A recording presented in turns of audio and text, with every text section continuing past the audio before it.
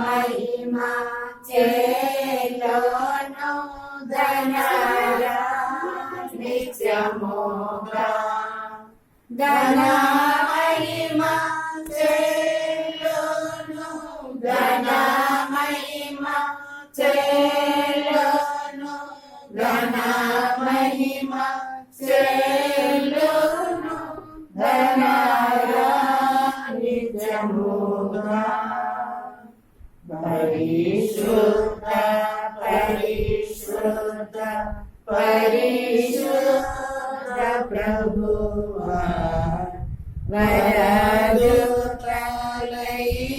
వరదుతలైనాడు వాణి పగలరా.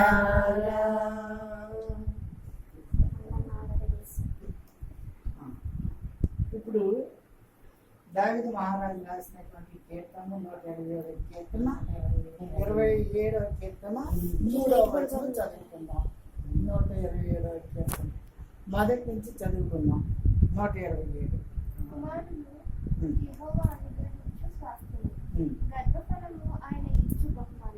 ఇక్కడ చిన్న మాట, చక్కటి మాట రాశాడు దేవుడు. కుమారులు యెహోవా అనుగ్రహించు స్వాస్యము. కుమారులు స్వాస్యము అంటే సొంతము అని అర్థం. ఇప్పుడు ఆ దంపతులు ఇద్దరికి దేవుడు స్వాస్యాన్ని ఇచ్చాడు, అంటే సొంతం ఇచ్చాడు అన్నమాట. ఇంకొక అమ్మాయిని తీసుకొచ్చే అవకాశాన్ని ఇచ్చాడు దేవుడు. కుమారుడు యెహోవాని గురించి స్వాస్యము. స్వాస్యం అంటే ఆ ఇంటికి వారసుడు అని అర్థం ఈ మాట. కనుక మరి ఆ బిడ్డలిద్దరికీ దేవుడు మరి ఒక చిన్న బిడ్డను అనుగ్రహింపచేశాడు. దాన్ని కుమారుడు యెహోవా అనిపించే స్వాస్యము, దేవుడు అనిపించే స్వాస్యం తప్ప మనం ఎవరూ ఏమీ చేయలేనటువంటి స్థితి. అది దేవుడే చేయాలి. ఏది చేసినా దేవుని చిత్తానుసారంగా వాళ్ళిద్దరికి మంచి కుమారుని దేవుడు అనుగ్రహింపచేశాడు. కనుక ఈ వాక్యంలో కుమారులు యెహోవా అనిపించే స్వాస్యము అన్నాడు. దేవుడు అనుగ్రహించే స్వాస్యము వాళ్ళకి సొంతం. గర్భఫలము అనేది ఆడపిల్లల్ని గర్భఫలము అంటారు, మగ పిల్లల్ని స్వాస్యము అంటారు. సొంతము ఆ ఇంట్లో వారసుడు. సొంతం అంటే వారసుడు. గర్భఫలము అంటే బహుమానం. గర్భఫలం ఇచ్చిన బహుమానం అంటే ఆడపిల్లలను దేవుడు మనకి బహుమానం ఇస్తే మనం మళ్ళీ ఇంకొక ఇంటికి మళ్ళీ బహుమానంగా ఇవ్వాలి. ఆడపిల్లలు అయితే. మగపిల్లలు అయితే మాత్రం ఇంటికి వారసుడు, ఇంకా ఇంట్లోనే ఉంటాడు అన్నమాట. దాన్ని దేవుడు అనుగ్రహించే స్వాస్యము అన్నాడు. తర్వాత 28వ వచనం మళ్ళీ 3వ వచనం చదువుతున్నాం. చాలు. నీ లోగిట నీ భార్య ఫలించి ద్రాక్షవల్లి. ఫలించి ద్రాక్షవల్లి అంటే ద్రాక్షవల్లి గుత్తులు గుత్తులుగా ఫలిస్తుందట. ద్రాక్షవల్లి ఏ విధంగా ఫలిస్తుంది అంటే గుత్తులు గుత్తులుగా ఫలిస్తుంది. అంటే ఆ ఇంటిలో ఉండేటువంటి ఆ స్త్రీ మరి ద్రాక్షావళిని పోల్చాడు దేవుడు. ద్రాక్షావళిని పోల్చి ద్రాక్ష గుత్తులు ఏ విధంగా కాస్తూ ఉంటాయో అలాంటి ఫలింపు మరి ఒక కుమారుని ఫలింపజేశాడు దేవుడు వాళ్ళకి. ఆ ఫలింపు ద్రాక్ష పళ్ళు ఏ విధంగా మనిషికి ఆరోగ్యాన్ని కలిగజేస్తాయో అలాగే ఆ కుటుంబంలోని ఆ స్త్రీ ఆ కుటుంబానికి ఆరోగ్యదాయకమైనటువంటి స్థితిలో నడిపింప చేయాలి అని చెప్పేసి దేవుని యొక్క వాక్యం తెలియజేస్తూ ఉంది. తర్వాత కిందకి నీ భోజనపు బల్ల చుట్టూ నీ పిల్లలు ఒలీవ మొక్కలు.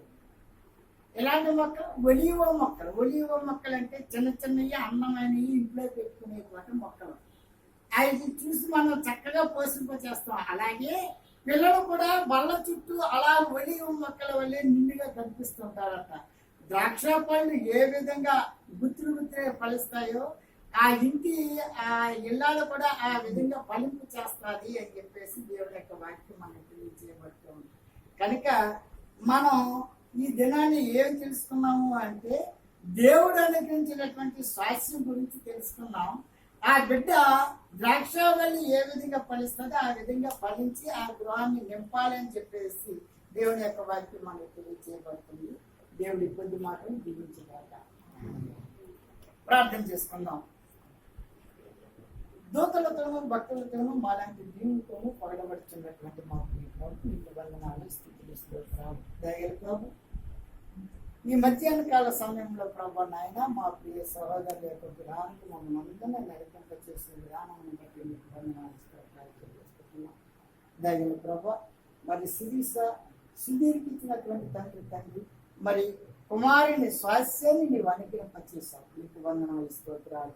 దయగల ప్రభు, మరి ఆ బిడ్డలు ఎంతో ఆనందంతో సంతోషంతో ప్రభు నాయన ఆ కుమారుని చూసుకుంటుండగా తండ్రి మరి నీవు వారికి ఇచ్చినటువంటి ఆ ప్రేమ అనురాగం ఆప్యాయతను బట్టి తండ్రి ప్రేమానురాగాలతో పుట్టినటువంటి ఆ కుమారుని బట్టి మరొకసారి నీ పాద సమయంలో మనం చేస్తూ ఉన్నాం.